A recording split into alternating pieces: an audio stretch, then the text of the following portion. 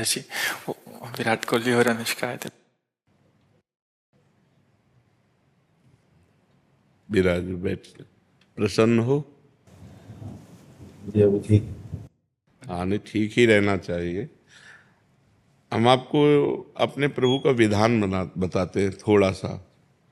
जब प्रभु किसी पर कृपा करते हैं, ये वैभव मिलना कृपा नहीं है, ये पुण्य है।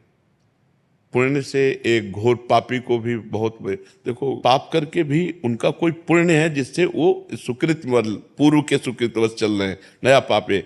ये वैभव बढ़ना या यश बढ़ना, ये भगवान की कृपा नहीं मानी जाती। भगवान की कृपा मानी जाती है अंदर का चिंतन बदलना, जिससे आपके अनंत जन्मों के संस्कार भस्म होकर और अगला जो है वो बड़ा उत्तम होगा। अंदर के चिंतन से होता है, बाहर से कुछ नहीं होता। मात्र अंदर का चिंतन। अच्छा, अंदर का चिंतन हम लोगों का स्वभाव बन गया बहिर्मुखी।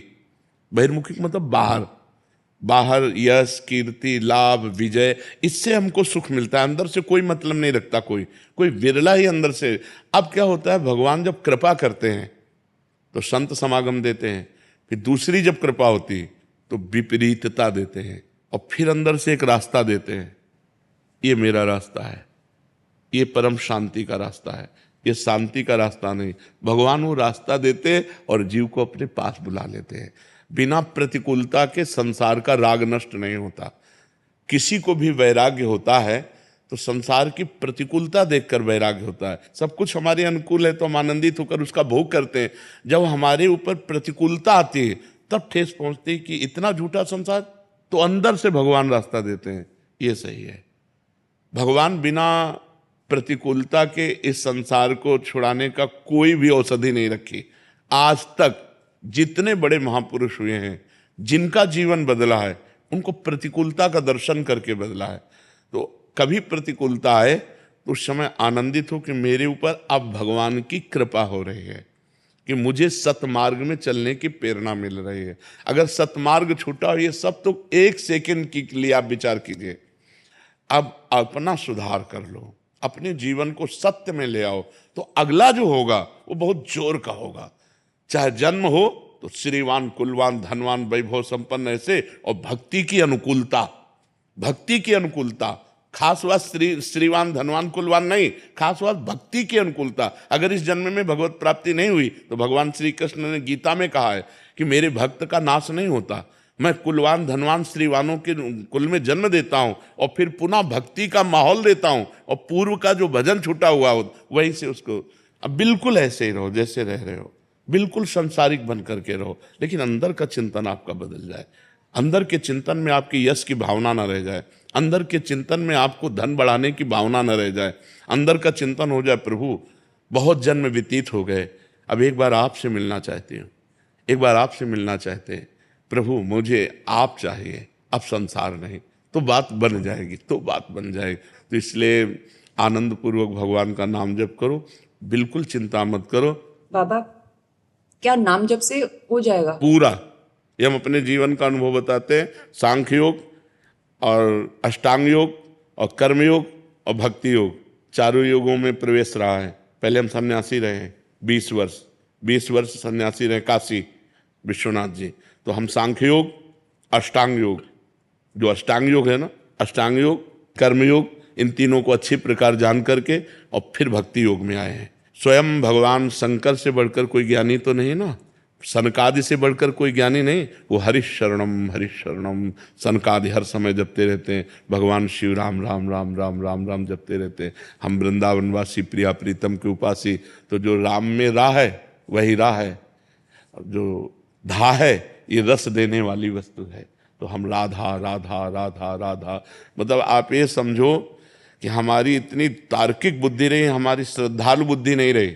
सन्यासी की जो बुद्धि होती है वो तर्क प्रधान होती, कसौटी पर कसने पर। तो हम केवल भावुकता में राधा राधा का प्रचार नहीं कह रहे कि हमने सुना और ऐसे ग्रंथों में पढ़ा हो, ऐसे कह रहे, स्वयं स्वाद लेके कह रहे और विश्वास के साथ कह रहे कि यदि आप राधा राधा जपते हो तो इसी जन्म में भगवत प्राप्ति हो जाएगी, इसी जन्म में। जैसे किसी से कहा जाए कि तुम सत्य बोलो, मंदिर में चढ़ के बोलो, तो हम मंदिर में नहीं, हम वृंदावन में बैठे हैं। करोड़ों मंदिर इसकी समानता नहीं कर सकते, भगवान का परम धाम है। अगर राधा राधा नाम चल रहा है तो इसी जन्म में भगवत प्राप्ति हो जाएगी। हमारी आखिरी श्वास यदि राधा, तो मुझे श्री जी की प्राप्ति, भगवान की प्राप्ति हो जाएगी, इसमें कोई संशय नहीं। और किसी साधनों की कोई आवश्यकता नहीं। आप केवल अंदर ही अंदर चलाइए और लिखिए। देखो, हम जो कह रहे हैं उसको समझो। बहुत अधिक नाम जपने की हमें चेष्टा नहीं करनी, कम संख्या हो लेकिन मन लगा करके हो। जैसे हम, अब देखो, आप लिखो राधा, अपने दिमाग में लिखो, खुले नेत्र लिखो या बाहर बाहर देखो, दिखाई दे रहा है राधा लिखा हुआ, वही कान में सुनो राधा, वही अंदर उठाओ राधा, ये तीनों का एकाकार हो जाए तो ये करोड़ों नाम जप के बराबर है। देखो, जैसे हम बोला राधा, ऐसे हम 1000 राधा नाम बोले तो हम बोला राधा, ये उपांशु है, इसे उपांशु कहते हैं। राधा राधा राधा राधा 1000 बार, ये उपांशु हुआ। अब ये ऐसे उपांशु हम 10,000 बार जप करें, अंदर देखते हुए बोले राधा, उपांशु 10,000 बार नाम जप करने का फल एक बार मानसिक में है। इतना बड़ा फल है ये। ऐसे राधा राधा राधा चल रहा है, नेत्रों से हम उसे देख रहे हैं, कानों से उसे सुन रहे हैं। आप देखना कि अगर मन भगेगा तो आप लिख नहीं पाओगे राधा नाम, अगर लिख रहे हो तो मन भगेगा नहीं।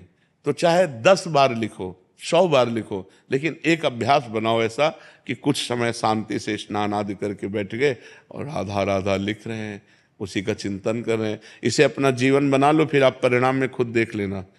कोई घाटे का सौदा तो है नहीं, ठीक है। ये सखी को दे दे, ठाकुर शिव जी की है।